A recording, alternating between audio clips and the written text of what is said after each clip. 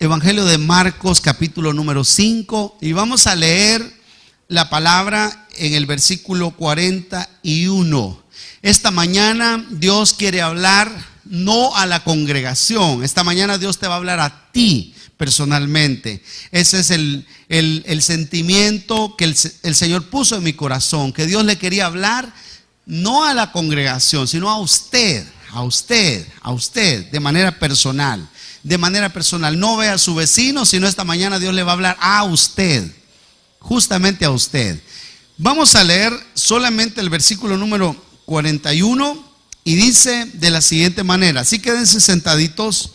Y tomando la mano de la niña le dijo, Talita Cumi, que traducido es, niña, a ti te digo, levántate.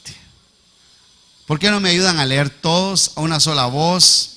Y leemos, si tenemos la versión 60, dice la palabra 1, 2, 3.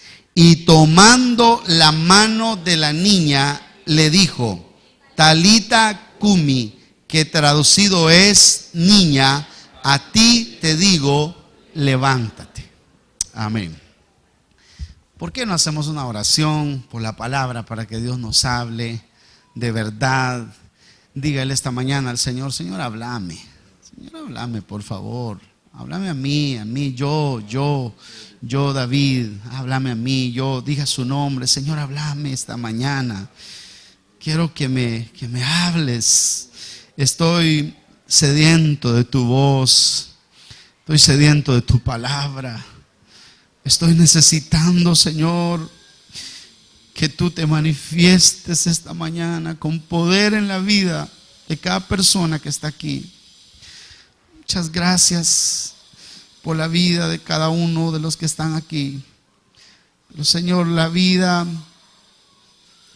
es triste cuando nadie nos habla, pero es más triste cuando tú no nos hablas. Por eso esta mañana queremos suplicar que hables a cada uno de manera individual. Gracias, Señor. Amén. Hermanos y hermanas, lo peor que le podría pasar a usted, que me podría pasar a mí, la peor cosa que nos podría pasar a todos los que estamos aquí es pensar o creer que Dios no nos puede hablar de manera personal, de manera individual. Cuando eso fuera un pensamiento o una posibilidad en la mente de cada uno, en ese momento se imaginan lo que significaría pasar 35 minutos o 40 minutos escuchando a una persona predicar. Eso sería lo más aburrido de la vida.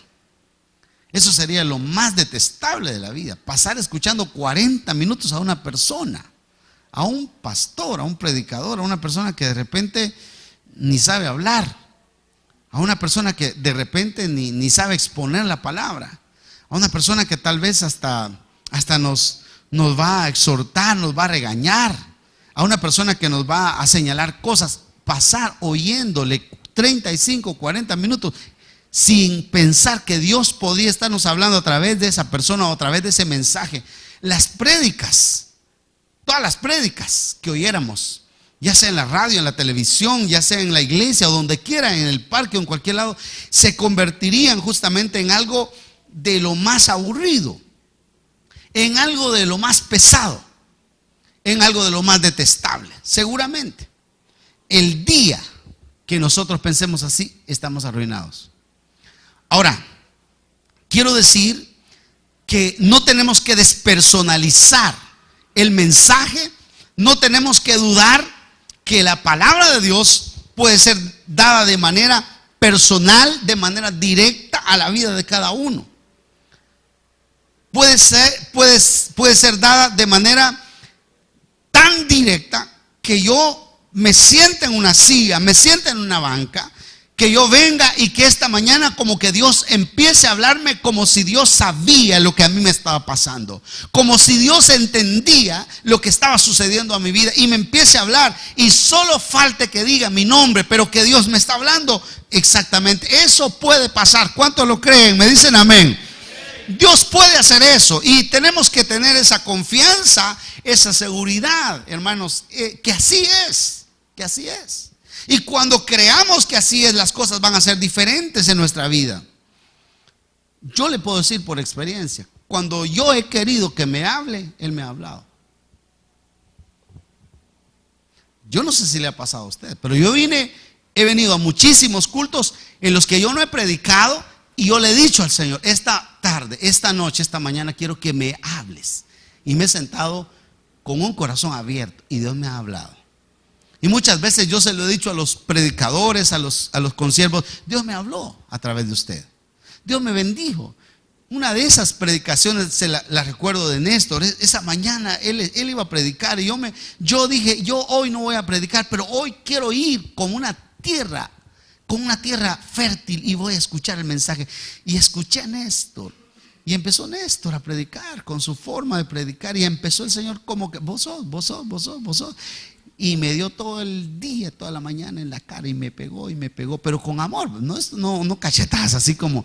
Y yo recibí la palabra y fui tan bendecido. Yo recibí, me habló.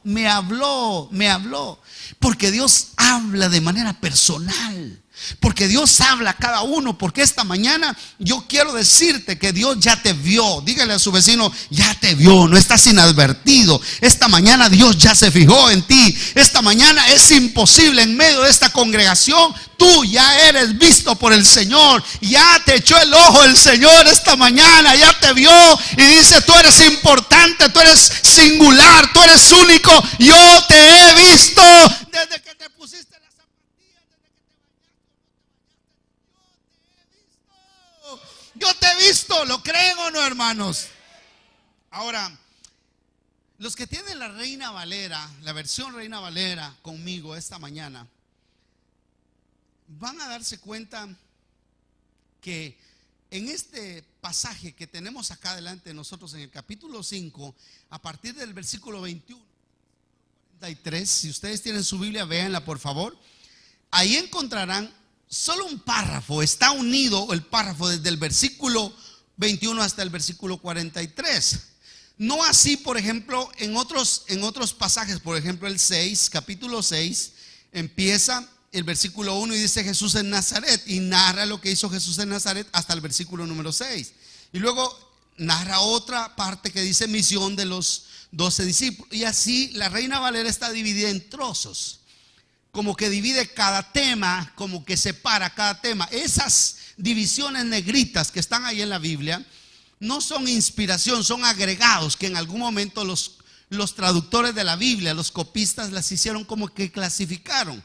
Pero en este pasaje, y lo hicieron muchas veces muy bien y otras veces no tan bien, porque hay pasajes que deberían haber sido más largos. Sin embargo, en este capítulo hay solo un trozo, pero hay dos historias, hay dos pasajes, y los dos pasajes tienen que ver con dos milagros fantásticos del Señor. Número uno, la curación de una mujer enferma de flujo de sangre por 12 años.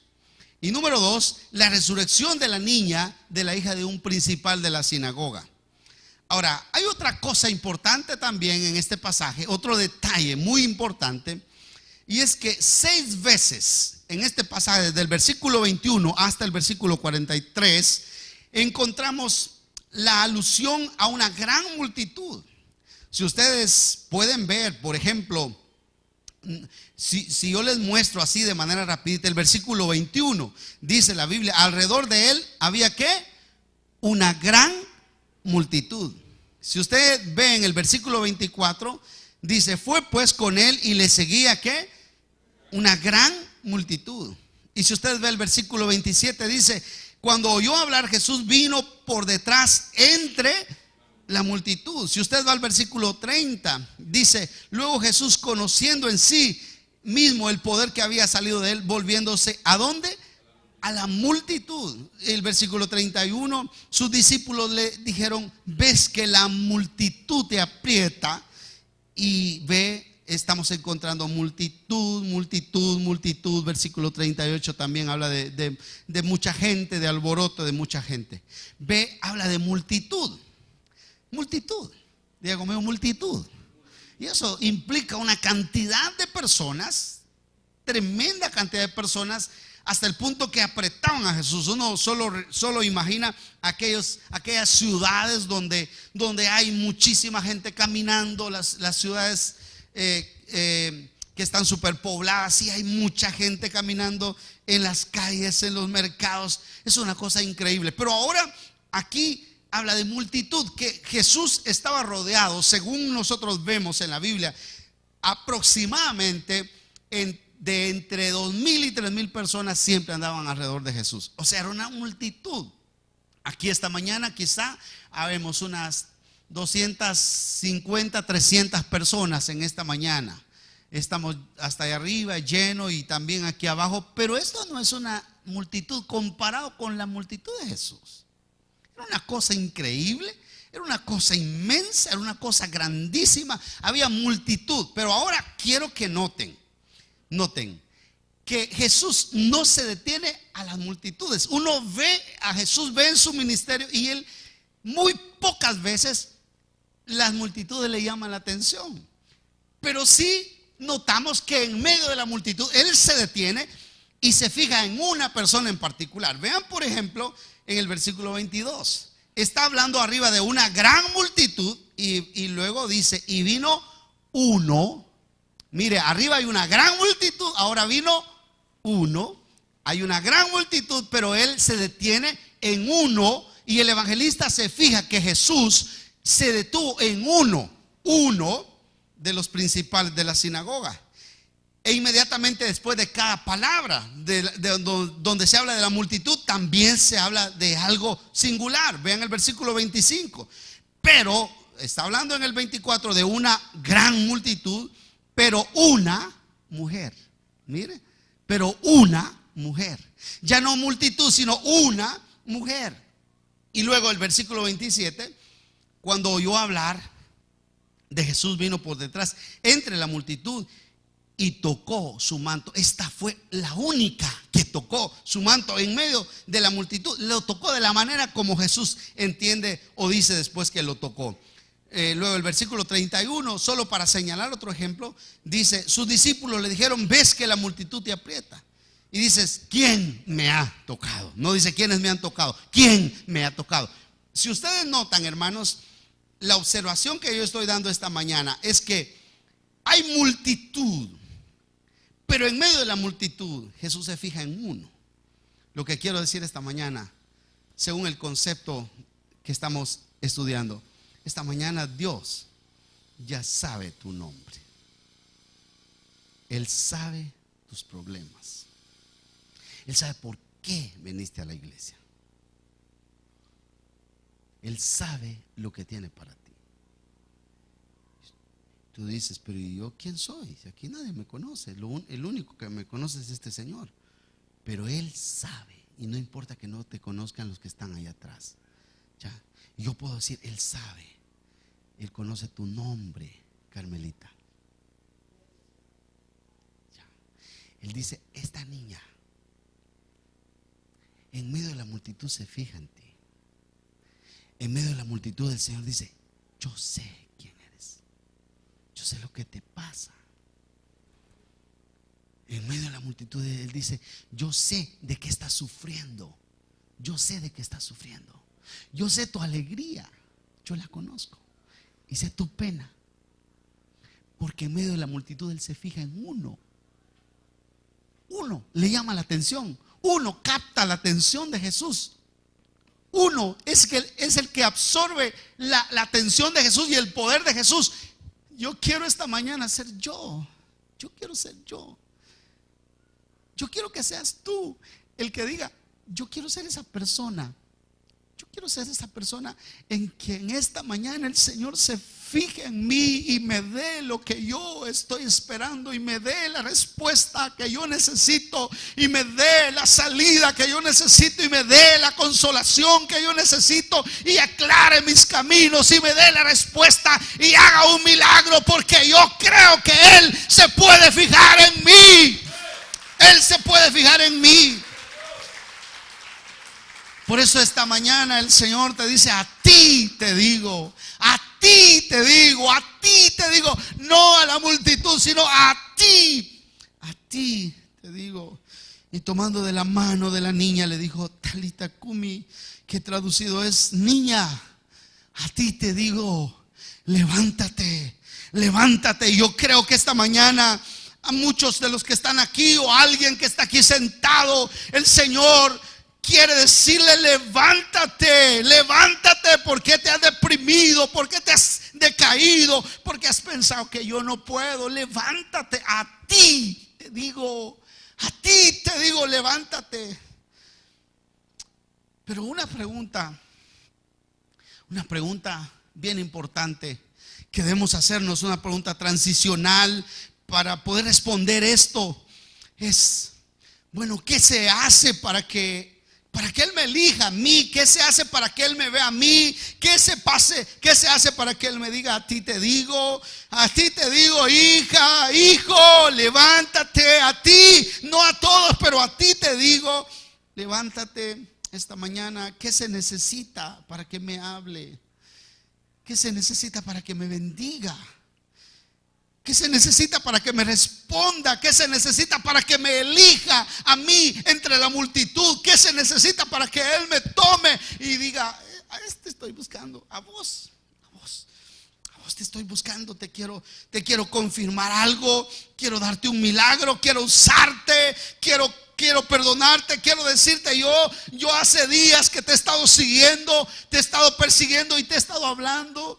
Y tú has estado diciendo: pero a mí no me va a poder perdonar el Señor, porque yo he hecho muchas cosas malas. Yo soy muy perverso, yo soy muy pornográfico, yo soy muy homosexual, yo soy muy lesbiana, yo soy muy ladrón. No importa lo que haya sido esta mañana, pero Dios te dice: a ti te digo, levántate. Así que yo quisiera que usted fuera usado esta mañana por el Señor y dígale a su vecino: levántate.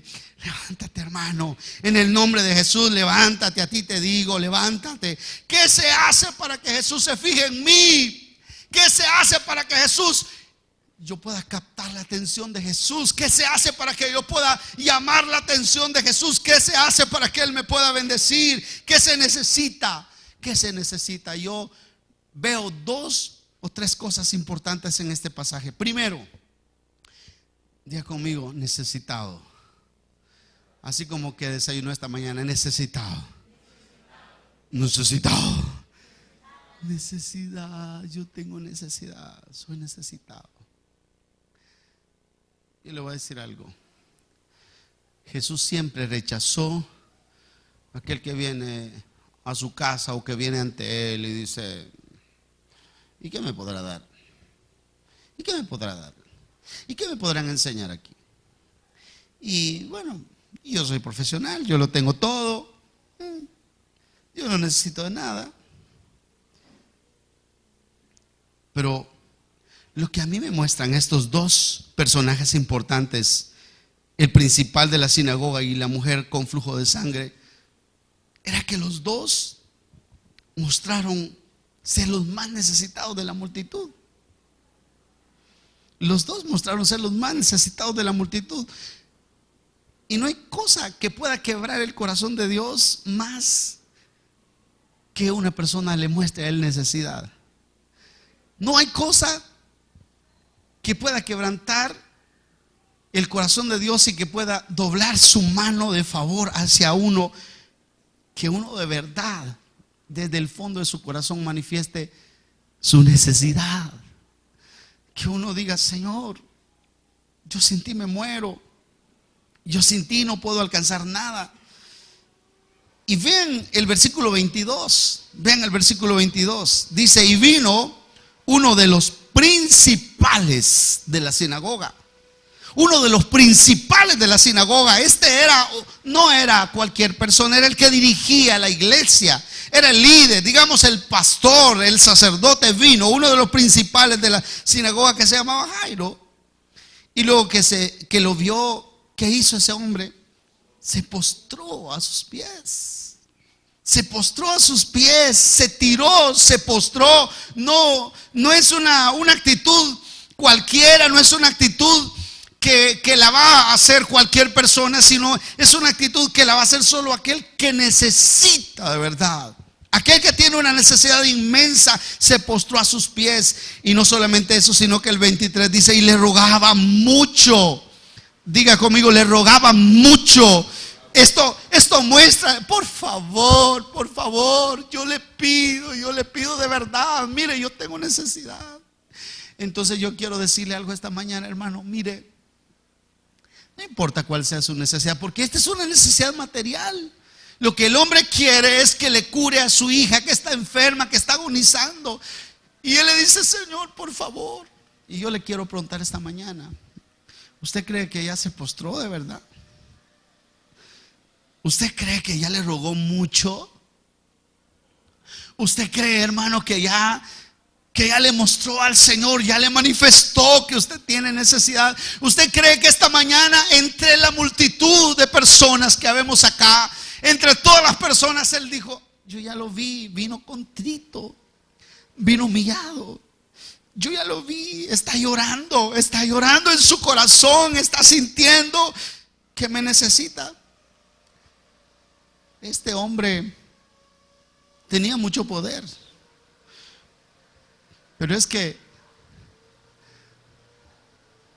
lo que pasa, lo que sucede es que hay un momento cuando un hombre o una mujer puede tener mucho poder, pero cuando se topa con el poderoso, cuando se topa con el Altísimo, cuando se topa con el Elyon, cuando se topa con el más grande de todos, cuando se topa con el más alto, entonces dice: no soy nada, me humillo. No tengo todavía los créditos, no me he graduado siquiera ante el Señor, soy un parvulario ante el Señor. No, Señor, tú eres grande, porque Él es poderoso. Y voy a decir algo, voy a declarar una palabra que debe quedar en su corazón. Mi Dios tiene mucho poder, pero no va a ayudar a los que no necesitan de la ayuda de su poder. Mi Dios tiene mucho poder, pero va a ayudar solo a aquellos que necesitan de verdad del Señor. Y lo vemos en el contexto bíblico, no es una herejía la que estoy predicando. En la Biblia yo puedo encontrar muchas ocasiones en las que el Señor manifestó su poder. Por ejemplo, 1 Corintios capítulo 12 y versículo 9 dice: y me ha dicho el apóstol Pablo: bástate mi gracia, porque mi poder se perfecciona. ¿En dónde? En la debilidad. Mira qué bonito esto. Pablo, cuando te sientes débil, cuando te sientes impotente, cuando crees que ya no puedes, cuando tu fortaleza humana se convierte en debilidad, es cuando mi poder se perfecciona. Es cuando entra en acción. Como dijo alguien, cuando nuestra fuerza no alcanza, cuando ya no podemos hacer nada, es cuando entra en acción el poder, la suficiencia del Todopoderoso. Es cuando Él es capaz de hacer lo que nosotros estamos deseando que haga, lo que nosotros estamos queriendo que haga. No es una cuestión de que Dios no quiera. Dios quiere, lo que pasa que muchas veces no provocamos el accionar de Dios. Provoca el accionar de Dios a través de tu necesidad. La mujer es otro ejemplo interesante. Ahí seguramente habían muchas mujeres en medio de esa multitud. Imagínense que habían unas 2 por hombre. Se dice que siempre hay más mujeres que hombres en medio de los grupos. Y yo creo que así es. Si contamos esta mañana, hay más mujeres que hombres. Ya había muchas mujeres, pero estoy seguro que ninguna mujer tenía tanta necesidad como esta mujer. Vean el versículo 25 y 26. ¿Qué pasaba con esta mujer? Pero una mujer. Seguimos hablando de la multitud, pero una mujer que desde hacía 12 años padecía de flujo de sangre y había sufrido mucho. Padecía de flujo de sangre 12 años y había sufrido mucho de muchos. Qué tremendo. Y había sufrido mucho de muchos. Y había gastado todo lo que tenía y nada había aprovechado. Antes le iba peor. Yo no sé quién esta mañana se encuentra aquí, pero el Espíritu Santo seguramente está encontrando a una persona en medio de la multitud de Emanuel esta mañana y le está diciendo: sé que has gastado mucho y has sufrido mucho de muchos. Por eso esta mañana estás aquí, por eso yo te traje, por eso yo preparé el camino, por eso. ¿Por qué ese interés de ese hermano de invitarte a la iglesia? ¿Por qué ese interés de traerte? ¿Por qué te esperó? ¿Por qué te fue a traer? ¿Por qué madrugó? ¿Por qué? Eso no es un porqué humano, ese es un porqué de Dios, es el porqué de Dios. Es Dios el que dice: mira, yo te estoy buscando. Si aquí yo soy el interesado, porque yo sé que has gastado todo, has sufrido mucho de muchos y te va peor. Nada te ha aprovechado, te va peor. Queridos hermanos, Dios quiere esta mañana, queridos amigos y hermanos, Dios quiere esta mañana de verdad que le pongas atención, porque Él te está hablando a ti. Porque Él te está hablando a ti, porque Él te está diciendo: yo me fijé en ti, pero ¿cómo está tu necesidad? ¿De verdad necesitas de mí? ¿De verdad esta mañana viniste a Manuel porque tenías hambre de una palabra y estás aquí y dices: no me voy a fijar en ese pastor, me voy a fijar en lo que Dios tiene, voy a abrir mi corazón? Dios lo va a usar a él como instrumento para hablarme. Pues si es así, esta mañana Dios te está hablando. Pues si es así, esta mañana Dios te está diciendo: pues ya te vi, ya me fijé en ti, ya te estoy hablando a ti, ya me estoy dirigiendo a ti. Pero solamente noto que todavía crees que tú puedes. Todavía noto que todavía estás confiando en tus conectes. Todavía noto que estás confiando en tus condiciones. Todavía noto que te estás deteniendo, que te estás deteniendo en lo que puedes lograr, que estás pensando en tu profesión, que estás pensando en la cara bonita que tienes. Dice el Señor: todavía noto que no tienes una necesidad profunda de mí, porque crees en ti. Cuando yo dejo de creer en mí y pongo toda mi confianza en Él, cuando totalmente ya no vivo yo, me muero yo y empiezo a permitir que sea Él el que reine, que gobierne, que dirija, en ese momento es cuando la mano de Dios obra. Jairo era el más necesitado de los hombres y era un hombre importante. Posiblemente tú estás aquí, eres un profesional, eres una persona importante en esta ciudad porque contribuyes al bienestar de esta ciudad, pero todavía tienes que reconocer que hay alguien más grande, que hay alguien poderoso. ¿Cuántos lo creen? Digan amén, hermanos. Amén. Y esta mujer también era una mujer enferma, pero los dos tenían algo en común: mostraron de verdad su necesidad. Otra cosa, una segunda cosa que yo veo en este pasaje muy interesante y que me hace pensar en que puede ser la manera como Dios se fije en mí, que Dios se detenga a ayudarme, a salvarme, a sustentarme, a levantarme, es que yo sea el más atrevido. Primero, no basta con ser el más necesitado, se necesita ser el más atrevido. Y esta es la palabra clave. Primera palabra clave, necesitado. El más necesitado. Segunda palabra clave de este pasaje, atrevido. El más atrevido. El más atrevido. Y noten ustedes en el versículo 27. En el versículo 27. Cuando oyó hablar de Jesús. Oyó hablar de Jesús. Alguien le estaba hablando. Alguien estaba platicando con alguien. Ni siquiera le estaban diciendo a él directamente, a ella directamente. Ni siquiera era con ella la plática. Ella la escuchó a dos comadres, a dos señoras que estaban hablando de Jesús y estaban diciendo: mire, Jesús es poderoso. ¿Cuántos creen que Jesús es poderoso? Eso debería ser nuestras conversaciones ahí en los lugares de trabajo, en donde estamos. Hermanos, cuando oyen, vayan y hablen de lo que Dios está haciendo en sus vidas.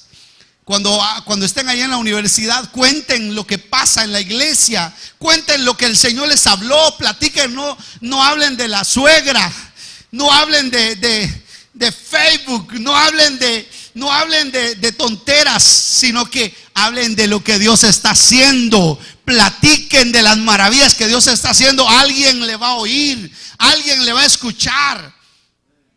Nosotros no tenemos tiempo para el chambre, no tenemos tiempo para hablar de la gente, para comernos a la gente. Nosotros no tenemos tiempo para criticar al mundo. Nosotros, el tiempo es demasiado corto para empezar a criticar a aquel porque no hace lo que yo digo, o porque no logra lo que yo quisiera que logre, o porque no me complace. Nosotros tenemos que hablar de lo que Dios está haciendo. ¿Cuántos creen eso, hermano? Y entonces ella oyó hablar de Jesús a dos personas. Ni siquiera estaban hablando con ella, ni siquiera le estaban invitando. Entonces vean lo que dice el versículo 27. Estamos: vino por detrás entre la multitud. Vino por detrás entre la multitud y tocó su manto. Esto es ser atrevido.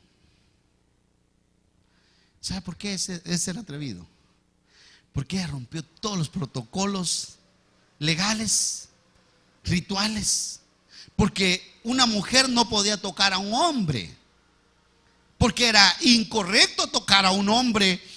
La mujer, la cultura judía y la religión judía enseñaba que no podía tocar a un hombre. No hay que tocar a un hombre. Hasta ahora es correcto ese mensaje. Mujeres, no toquen a los hombres. Hasta hoy sigue siendo correcto ese mensaje. Nosotros peleamos en el colegio con los muchachos. No anden abrazando a los muchachos, ni anden abrazando a las muchachas. Porque cuando un hombre toca a una mujer, o una mujer toca a un hombre, hay una corriente eléctrica de no sé qué cantidad de alto voltaje. Imagínense la experiencia. Pero la Odi sí lo puede tocar, hermano. Ella sí lo puede tocar, todo lo que sea necesario, no hay problema. Sí. Pero esta mujer vino y tocó. No debería tocarlo. No debería tocarlo. Fue tan delicado lo que esta mujer hizo, fue tan atrevido lo que esta mujer hizo, que cuando Jesús pregunta: ¿quién me ha tocado?, nadie tiene valor de responder. ¿Quién me ha tocado? ¿Quién? Pero ¿quién me ha tocado? Y todos están temblando, y la multitud está temblando. ¿Quién me ha tocado? De repente, uno de los discípulos, que debe haber sido Pedro, ¿no? Señor, ¿y por qué dices quién me ha tocado? Si hay una multitud y te aprieta. No, es que yo no estoy hablando de eso. Yo sé que me han empujado, pero yo estoy hablando de otra cosa. Es que alguien me ha tocado con atrevimiento. Es que cuando alguien toca con atrevimiento, cuando alguien cree, puede lograr lo que sea necesario. Dele un aplauso al Señor y dígale: así es, yo quiero ser ese atrevido. Se atrevió a tocarlo.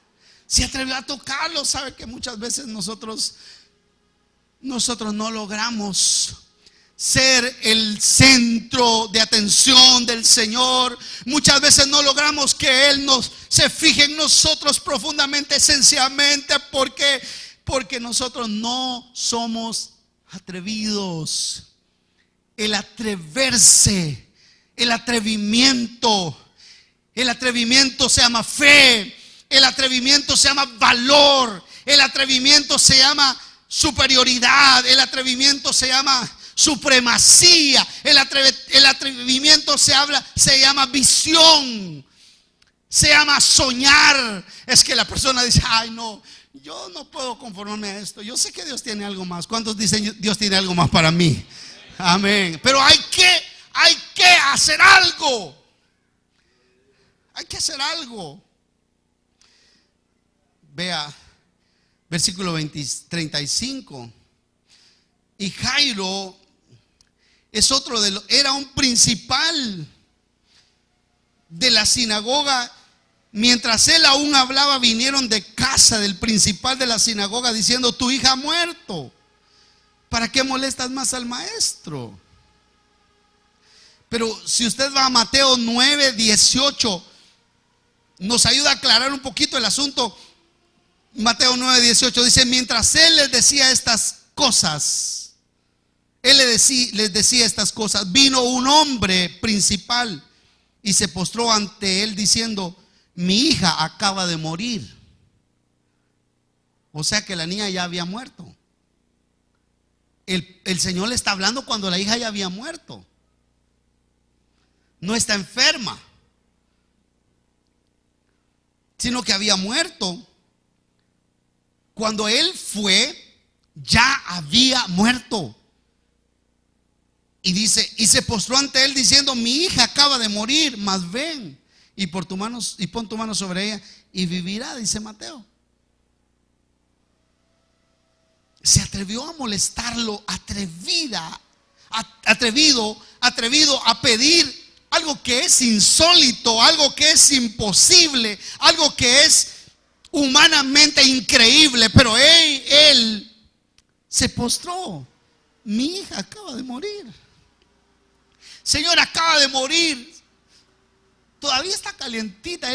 Yo creo que él está diciendo: mira, Señor, todavía puedes alcanzar el espíritu que anda por ahí. Dice que cuando uno se muere, el espíritu sale y empieza a dar vueltas en el cuarto donde uno está. Por eso aconsejan que cuando alguien se muere, uno debe de guardar la calma lo más que pueda y esperar que esa persona se despida, porque está en el cuarto todavía un momento dando vueltas, despidiéndose. Por eso aconsejan que usted, cuando se muera un ser querido, no haga lo que hacen algunos ingratos: y yo me voy a llevar la olla, yo me voy a llevar la refri, y empiezan a pelear, y aquella pataleando. Por favor, espere que se vaya. Espere que se vaya. Y el espíritu empieza a irse. Quizá Jairo dice: todavía está calientita. Y le tocaba el pulso. Y dijo: se acaba de morir, el pulso ya no le funciona, pero voy a buscar al maestro. Pero yo me voy a atrever. Yo voy a ir. Yo sé que él puede hacerlo. Yo voy a ir. Y que me importa y que se rían de mí. Maestro, mi hija acaba de morir. Está todavía calientita. Yo sé que puedes alcanzar el espíritu, hacerlo otra vez entrar. Señor, ayúdame. Es mi hija. Porque un padre ama a sus hijos. Porque un padre, mire, cuando un hijo se enferma, sufre, llora. Yo les conté que fui la semana pasada a visitar al hermano Carlitos en el hospital y lo abracé y me puse a llorar con él. Y él lloró, llorando los dos ahí. La gente se nos quedaba viendo y yo abrazado, llorando, porque Carlitos ha sido una de esas personas. Por aquí se sentaba. Esa silla de la hermana Mila, por ahí donde está la hermana Mila, de ahí no lo movía nadie, esa era su silla. Ya se la quitó, hermana. Esa era su silla.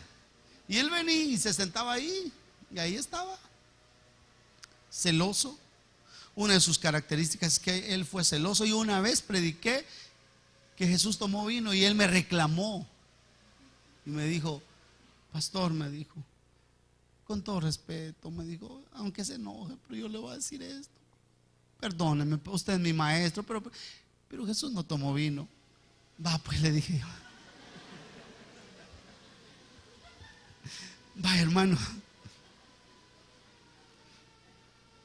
Solo lo hizo, ¿verdad? Le dije, sí, me dijo. Porque él lo hizo y hizo buen vino, pero no tomó. Sí, está bien. Pero uno ama a un hijo, hermano. Un pastor ama a sus ovejas. Los pastores amamos a nuestras ovejas. Mire, yo estoy seguro que todos los pastores que estamos aquí en la iglesia, los excelentes pastores y predicadores que hay aquí, los aman a ustedes, los aman. Y yo lo sé. Esta gente que está aquí sirviendo en Emmanuel es gente linda, es gente calidad, gente fantástica. Pero yo estoy seguro que el amor que yo como padre tengo hacia ellos, yo he notado que es diferente, es un poquito más fuerte. Le voy a decir porque cuando alguien, yo identifico, hermano Luisito, bien, excelente, hijo.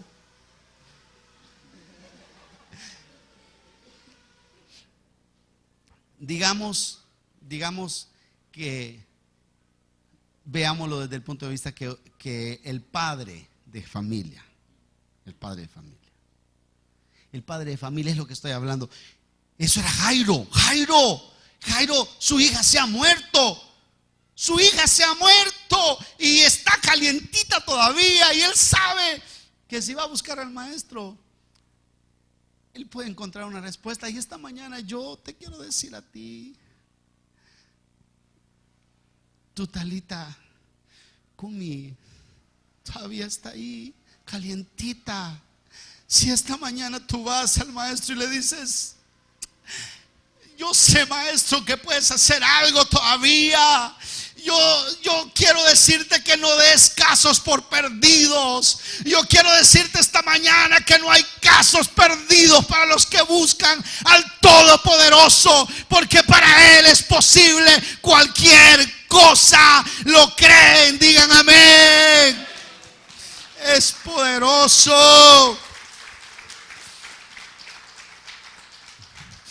Y lo último que quiero compartir esta mañana en esta palabra, la otra palabra clave, dos palabras claves. Número 1, necesitado. Número 2, atrevido. Y número 3, imaginativo. Imagina.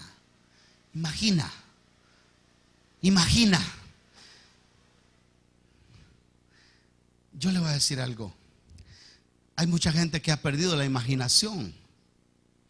Hay mucha gente que ha perdido la confianza en que puede haber cosas que están más allá de lo normal. Ay, Dios, ya, hasta ahí llego yo. Yo no puedo conseguir más. Una de las cosas que hace Dios cuando uno viene a Él es que le da una imaginación, pero superior. Hermano, porque yo digo que a Dios no se le han acabado los argumentos para sorprenderme. Porque yo digo, Dios puede hacer cosas que yo, por listo que sea, que yo por astuto que sea, por inteligente que sea, por sabio que sea, jamás las voy a alcanzar. Él tiene mayores cosas que las que yo puedo hacer, y yo tengo que imaginar. Vean por favor el versículo 33. Entonces la mujer, temiendo y temblando, sabiendo lo que en ella había sido hecho, vino y se postró delante de él y le dijo toda la verdad. Y él le dijo: tu fe te ha salvado. Tu fe te ha salvado. Porque ella decía, si tan solo tocare el manto. Es que ella decía, si lo toco, si lo toco, si lo llego a tocar, yo no sé lo que va a pasar. Si lo llego a tocar, diga conmigo, si lo llego a tocar, hermano, yo no sé lo que va a pasar. Pero eso se llama imaginación. Eso se llama imaginación. Esta mujer tenía imaginación. Y él le dijo: tu fe te ha salvado, ve en paz y queda sana de tu azote. Pero ahora vean una cosa. Ella fue honrada en público cuando posiblemente ella no estaba buscando eso, pero estaba imaginando lo que Dios podía hacer. Ella dijo: los voy a tocar entre la multitud. Empujó. Aquí no empujó, ni aquí tampoco. Empujó y ya sí lo empujó. No, bien. Empujó y se metió. Y esta vieja que se va metiendo aquí, ¿quién es? No, esa hermana, soy joven. Y empujó y se metió, y quizá botó algo otra viejita, pero se metió porque dijo: si tan solo tocare, si lo logro tocar, si lo toco. Mujer, empuja,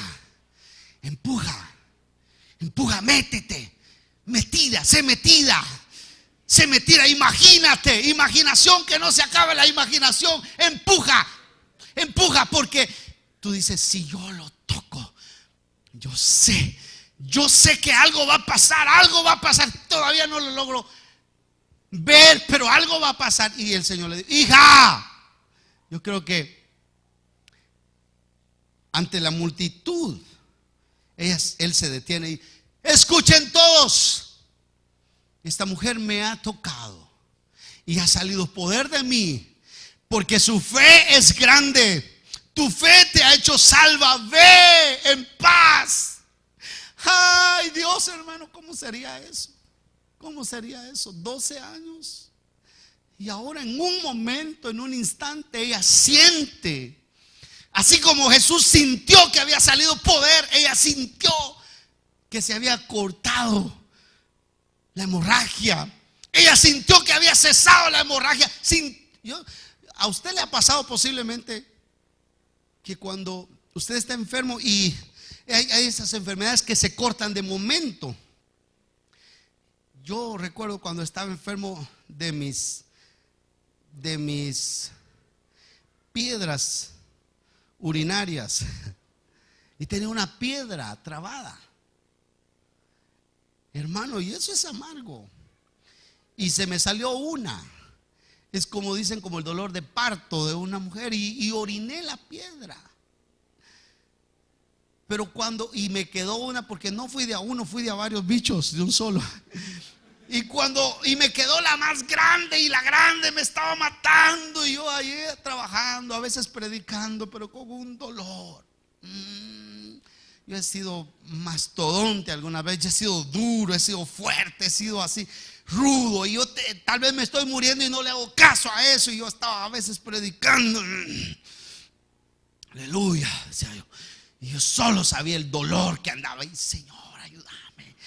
Y un día estaba en el baño del colegio, aquí en el baño, allá en la oficina, y el Señor me anda, este es el momento, anda a orinar, anda a tener el hijo. Y hermano, y me fui al baño. Y me puse a orinar. Los hombres ponemos las manos allá. Para los que no las han visto, cuando miren la pared manchada allá arriba, esas es de hombre. Y pusimos la mano. Cuando yo sentí, salió el bicho, hermano. Viera qué precioso, viera qué precioso. Hermano, no lo va a creer, pero yo metí la mano en el baño y lo dije, este es mío, y lo saqué. Lo saqué, dije, no, yo lo saco. Y lo saqué así, la piedrona, hermano. No sé cómo salió. Pero en ese momento como que a mí me quitaron algo. Y yo sentí el alivio y dije, qué diferencia. Qué diferencia. Y salí casi llorando y le dije a mi esposa y le dije a los que estaban en la oficina, ya fui sano, ya fui sano. Porque los médicos me habían dicho, usted de la próstata está enfermo. Me habían dado un montón de cosas y nada de lo que me habían dicho era otra cosa. Era un hijo que tenía ahí. Estaba embarazado. Y hermano, ¿y cómo se llama? Pero qué alivio. Esta mujer debe haber sentido el alivio en el momento. Sintió que algo se selló y el dolor que tenía se le desapareció. Y le dijo, si tú sentiste que salió poder de ti, yo también he sentido que algo ha venido a mí. Y en ese momento ella fue sana. Y le dijo el Señor, tu fe te ha hecho salvo. La imaginación de lo que Dios puede hacer en tu vida no debe terminar nunca. Nunca.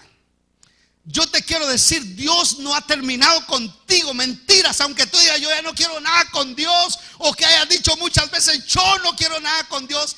Dios no ha terminado contigo. Y aunque tú le des la espalda y le digas no, son cosas, son esas religiones, yo no quiero nada, Dios te va a seguir. Dios te va a seguir. Dígale a su Señor, te va a seguir, te está siguiendo, te va a seguir. Porque tú puedes terminar con Él. Pero Él no va a terminar contigo. Él te va a seguir, Él te ha seguido y Él te trajo aquí esta mañana. Te puedes enojar con el pastor, con la iglesia, con la religión, con quien sea, pero Él no va a terminar contigo. Termina con Él, si quieres termina con Él. Hazlo. No quiero nada con Dios, no, venga ahorita. Dale, hace berrinche, pero como el padre, cuando sus adolescentes, si yo no quiero ir a la iglesia, no me gusta, estoy muy aburrido. El papá lo abraza y le dice, no hijo, tenemos que seguir, porque Dios no ha terminado con nosotros, porque tiene cosas nuevas, cosas que ojo no vio, ni oído oyó, son las que Dios ha preparado para los que le aman. ¿Lo creen, hermanos? Y entonces hay que creer. Hicieron algo fuera de serie y lograron algo fuera de serie. Esa es la palabra.